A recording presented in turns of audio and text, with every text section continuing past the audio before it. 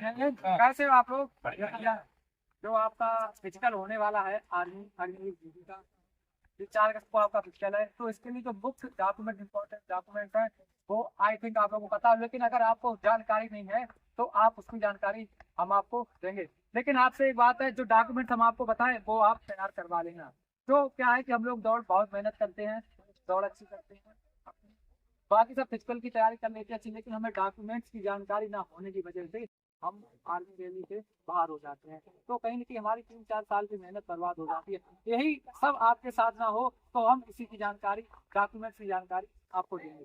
तो जो आप जब भर्ती देने जाएंगे तो वहाँ पे जो सबसे पहला जो मुख्य इम्पोर्टेंट, बहुत ही ज्यादा महत्वपूर्ण जो आपका पहला डॉक्यूमेंट है वो है जो आर्मी आर्मी का एडमिट कार्ड है। एडमिट कार्ड के बिना आपको गेट पे एंट्री नहीं मिलेगी, तो वहाँ पे आपको एडमिट कार्ड लेके जाना है। जो दूसरा हमारा इंपॉर्टेंट डॉक्यूमेंट है वो है अपनी 10th की मार्कशीट। अगर आप लोगों ने फॉर्म में, जब आपने फॉर्म अप्लाई किया था, अगर उसमें आपने 10th की मार्कशीट लगाई थी तो 10th की लेके जाना। अगर किसी ने 10th या 12th दोनों की लगाई थी तो वहाँ पे आपको दोनों लेके जाना है।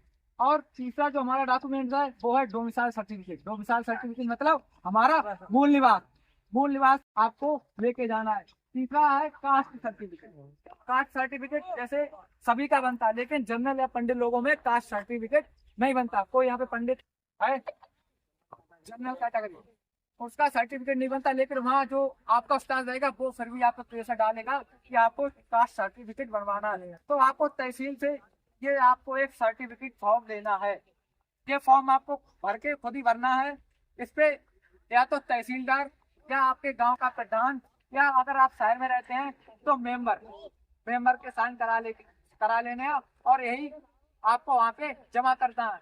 लेकिन अगर आप उससे बोलते हो कि हमारी जात का सर्टिफिकेट नहीं बनता ब्राह्मण, वो आपसे कोई बात नहीं मानेगा। वो सिर्फ यही कहेगा कि हमें उसका सर्टिफिकेट चाहिए। तो ये सर्टिफिकेट आपको वहाँ पे ले जाना है। और जो तीसरा डॉक्यूमेंट है वो हमारा है पुलिस करेक्टर सर्टिफिकेट, जिसको हम पुलिस वेरिफिकेशन भी बोलते हैं। ये पुलिस वेरिफिकेशन, ये आपको कैसे बनाना है? आप आधार कार्ड और एक फोटो ले जाए, अपनी किसी भी जन सेवा केंद्र से इसको ऑनलाइन करा देना है। ऑनलाइन होते ही ये आपका थाने, जो आपका जो भी थाना लगता हो उस थाने में आ जाएगा।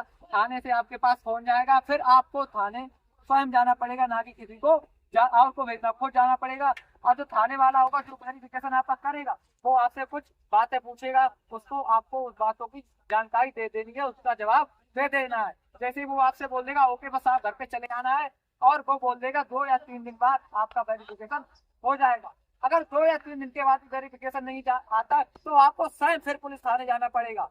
सर उनसे पूछना है कि हमारा वेरिफिकेशन हुआ है या अभी नहीं हुआ है। तो वो खुद आपको बताएंगे कि आपका वेरिफिकेशन हुआ है या आपका वेरिफिकेशन दोबारा वापस जन सेवा केंद्र पे पहुंच गया है। अगर वो कह देता है जन सेवा केंद्र पे पहुंच गया तो आपको जन सेवा केंद्र पे जाना जहाँ पे आपने ऑनलाइन करवाया था। अगर वो बोल देगा ये आ गया तो वो आपका जो सर्टिफिकेट है वो आपको निकाल के दे देगा। ऐसे ये सर्टिफिकेट आपको बनाना। और अगला डॉक्यूमेंट है स्कूल करेक्टर सर्टिफिकेट। ये उतना इम्पोर्टेंट नहीं है, अगर आपके पास है तो आप इसको ले जा सकते हैं, अदरवाइज नहीं है तो आप बनवा लेना, लेकिन ये उतना इम्पोर्टेंट नहीं है। और अनमैरिड सर्टिफिकेट, अविवाहित, ये क्या आपने तहसील में जाना, 2 रुपए का एक फॉर्म आता है, ये अविवाहिता वाला, उसको आप स्वयं भरना है। जैसा कि मैंने बताया ग्राम प्रधान या मेंबर से उसकी मोहर लगवा लेंगे।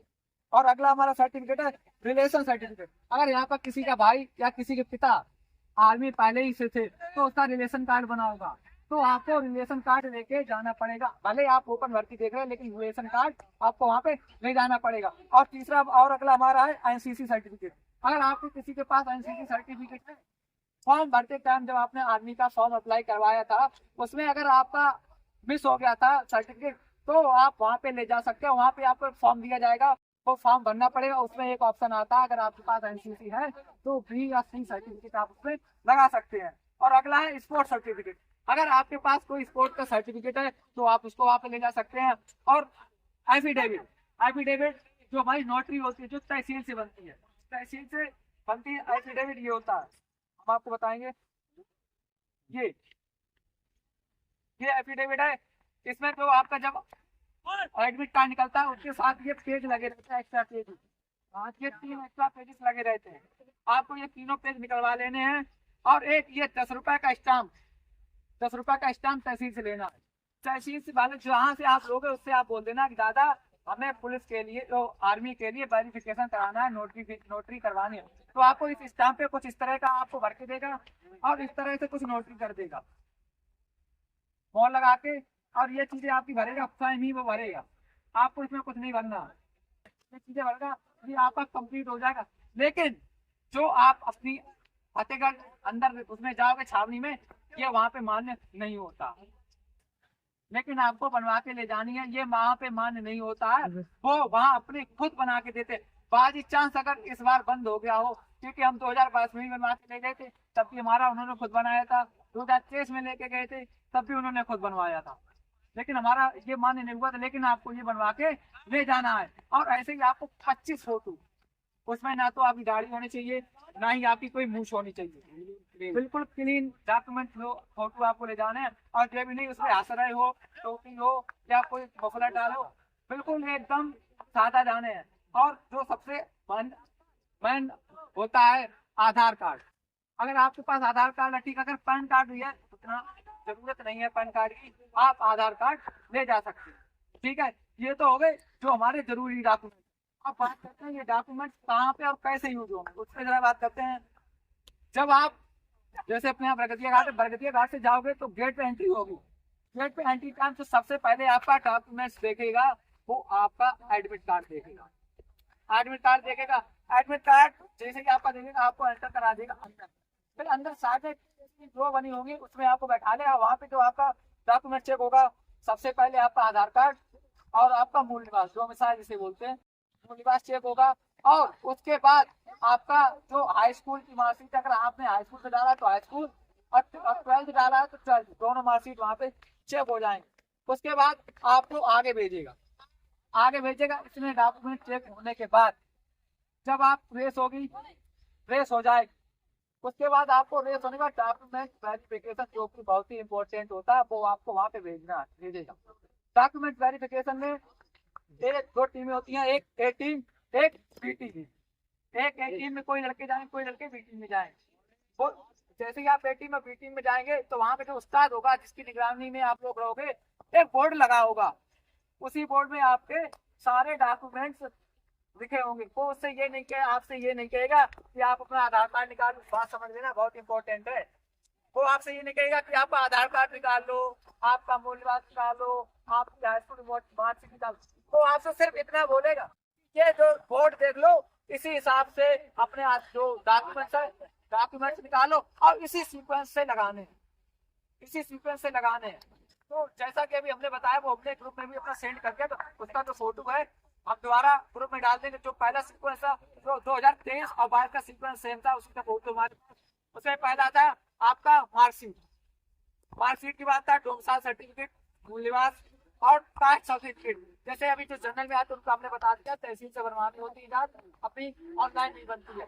और तीसरा पुलिस करेक्टर सर्टिफिकेट, जो कि अभी हमने आपको बता दिया कैसे बनता है। और तीसरा स्कूल करेक्टर सर्टिफिकेट, इतना जरूरी नहीं है, अगर आपके पास है तो ले जा सकते हैं, अदरवाइज कोई इसकी जरूरत नहीं है।